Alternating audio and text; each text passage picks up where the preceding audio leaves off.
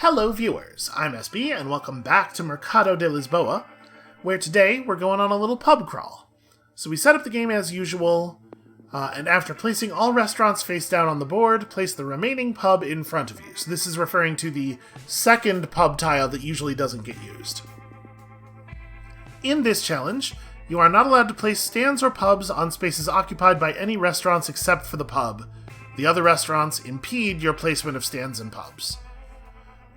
Okay, so it's going to be... the board is going to be really blocked up. We're going to have a really tough time getting our stands to high value. Also, the rulebook suggests maybe we should utilize the pubs to maximize our score. Thanks, what a good idea. So yeah, this one seems like it might be a challenge. I do not remember what the people in that Board Game Geek thread said, this one, how they said they were doing on this, so whatever, we'll just do our best here. So, while we're setting up, I do want to say, we managed to get to...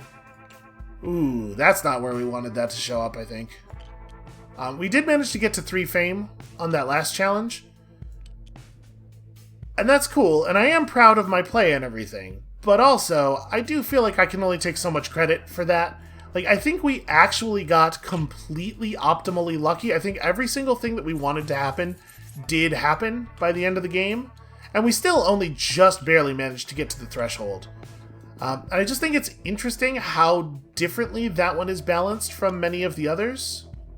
Wow. Do we want these? I think we might start the game with a hand flush, because there are no meats on the 3 customer tiles. There's some on the 2. Like, okay, let's actually think this through. How do we want to set this up? Because we can grab the pub here. Yeah, like, if this pub tile had landed in one of the 5 spots in the middle, then we could have set up a position where we had a face-up pub feeding 4 stands. Because it didn't, what is our good play? If we take the 2... Oh, right, I'm supposed to take this. If we take the 2 pubs and put them here and here, they can at least each feed 3 stands? But if we do that, we can't play any 4 customer tiles. Is that a big loss? We don't know for sure that we'd be able to quadruple score a 4 customer tile anyway.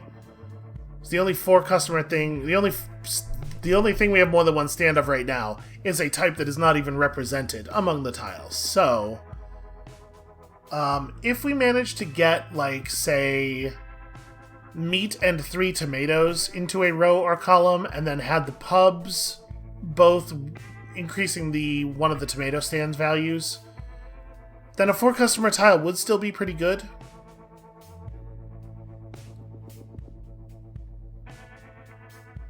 But I still think it's a lot to hope for. I think we're just going to flush this, looking for, like... Plant and fish are both represented pretty significantly here. Tomatoes not bad either, I guess. Yeah, so alright, at the beginning of our first turn, let's dump our hand. Fish, tomato, grape. Okay.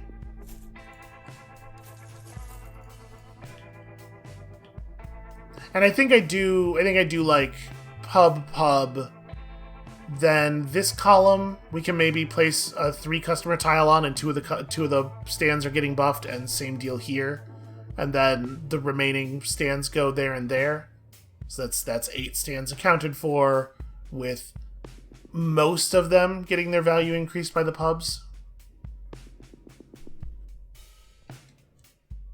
And for the three customer tiles, we're hoping it's going to be... We kind of have to make some decisions right now, right? Oh, actually, we can't do that, because I have to pick up this pub somehow. Well, we could make this a row of 3, right? Place a stand here to get the pub there, and then, yeah, stand, stand. Other pub here, stand, stand, stand. And then this or this still makes a reasonable 3-customer area. This will be a pretty low value 3-customer row, actually. Yeah, wow. This thing coming up in the corner actually extremely sucks. Well, you know, we had to get some counterbalancing luck at some point here. So we don't know yet what the high value resources are going to be. It's probably not grape, given the extreme lack of grapes everywhere. Let's, I mean, it looks like plant. What we really, really want is a lot more plants. So I'm not going to play a plant here, because we probably want them to try to construct the 3s where 2 of them are getting improved by the pub. So let's just play, like, tomato. So we'll pay 1 for that. I'm going to take the plant. Oof, this really sucks. Alright, well we have 2 pubs and we think we know where we want them to go, so let's just do both of them. Right? We'll just open a restaurant twice, and then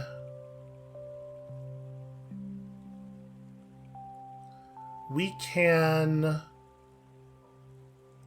put down a fish stand adjacent to this pub, and then play this customer for kind of a crummy value overall, but it'll be enough money to keep moving. Yeah, that's rough. Oh, sorry, let me actually finish my actions. So we gotta take, of these, a tomato. We're really would have liked to see fish or plant. Alright, yeah, and then we do that.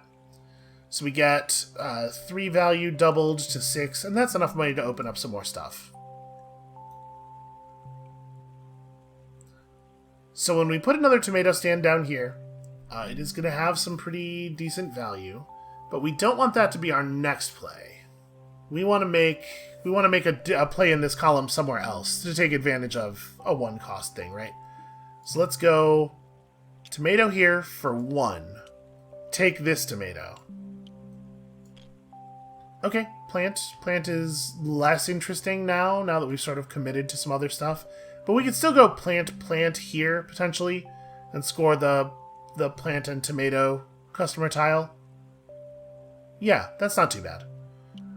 So now, let's go ahead and do that. It'll cost us 2, and when we play it, we get 4 points off of this customer. Oops, sorry, that's not how that works. We take this, and then that goes here. And then, yeah, I think it is probably just plant here. Then we have 2 more stands left. We'd really like one of them to go there, and it would be really cool if it was tomato. And then I have no idea what we want to do with the 8th stand. But let's go ahead and do this at a cost of 2. And then this at a cost of 3. Oh, sorry, hold on. Let me actually do my actions, like, one thing at a time here. I guess let's take the grape stand in the hopes of flushing the row. Okay, that's not too bad. Now, we pay 3 for this. And we take fish stand.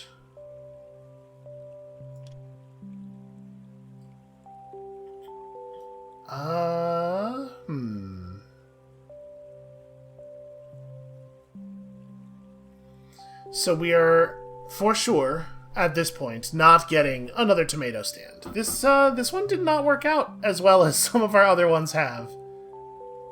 You know, the Mercado giveth and the Mercado taketh away, I suppose. Alright, well this is as good as it's getting, so let's just go ahead and play it. So that's 2, 3, 5 value multiplied by 3 is going to take us to 17. And then we have all of the money we will ever need, so what do we do with it? We can give up on making a 3 here And we could just go like fish stand, and then we have the 2 customer tiles are pretty valuable. So any 2 customer tile with a fish on it is then worth 8 points. And we still have 3 customer tiles with tomatoes on them can go here. Although it is less valuable than having them score this way because of the extra customer, or the extra restaurant point. Right, because 3 customer tiles with a tomato on them in this spot will score 9 points, but in this spot they will score 12 points, even without being able to score whatever this is. And I suppose if we're going to do this, it shouldn't be fish, right? Because we already have a spot where we can score out the 3-point tomato and fish tile. So yeah, let's open a grape stand there at a cost of 3. And then what do we want? Do we want another fish, or do we want a first meat? Wherever we put this, it's just going to be used for... It's going to go either here or here, and it's just going to be used for single scoring. So we have more fish single score tiles showing. But I'm going to take the meat, because we already have a fish. Okay. Yeah, I'm pretty sure we just do that, right? At a cost of 1. That's just a place to drop single customer tiles.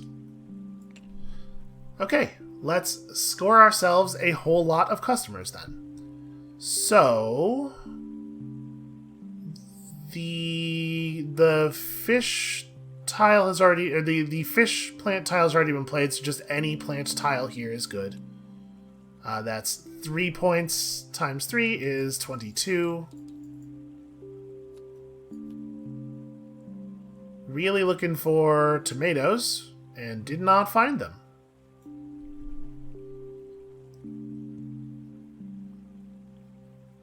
So there are 3 customer tiles with tomatoes left on them inside of it within the 5 cards underneath this top card. Well, all right, let's play the fish one here. That's crummy, but we're digging. So that's a 6-pointer. Wow. That's real bad luck. So let's go... We'll put this down here and score 3 off of it in the hopes of revealing one of the tomato tiles. Okay, we found one of them. Would have been really nice to have done this a little bit differently, but that's 12. That's 12. That's still pretty good. Yeah, our definitely having a slightly more difficult go of it this time. And that's all the places where 3s are playable. So now 2s. What do we want to do 2-wise? We have this. So that is an 8-pointer. Right? Yeah. 2 plus 2 times, yeah. And then we're really looking for grape plant, which is still available. Let's play this here. That'll be 4 points. Actually, grape plant will only be 4 points. Yeah, it's not. It wasn't actually any better than that tile was anyway. And then we can also score, like, that's 2. That's 2. And also this is 2, and also this is 2. So we'll just go up to 63 on that. And then the only legal places left to play are here, here, here, and here. So yeah, tomato for 1. Tomato for 1. And then 2 points grapes. 2 points plants. And I think we're out of legal plays. We are. There are no stands left. Oh no! The scoring thresholds were 50, 60, 70, right? Oh no! Well, bummer. So yeah, we did have to do a little bit of guesswork when picking some of our tiles. Like the fact that I couldn't save the spot for this thing was a shame. I think I made the right play by playing the tile that multiplied the fish stand while we were just digging for more tomatoes.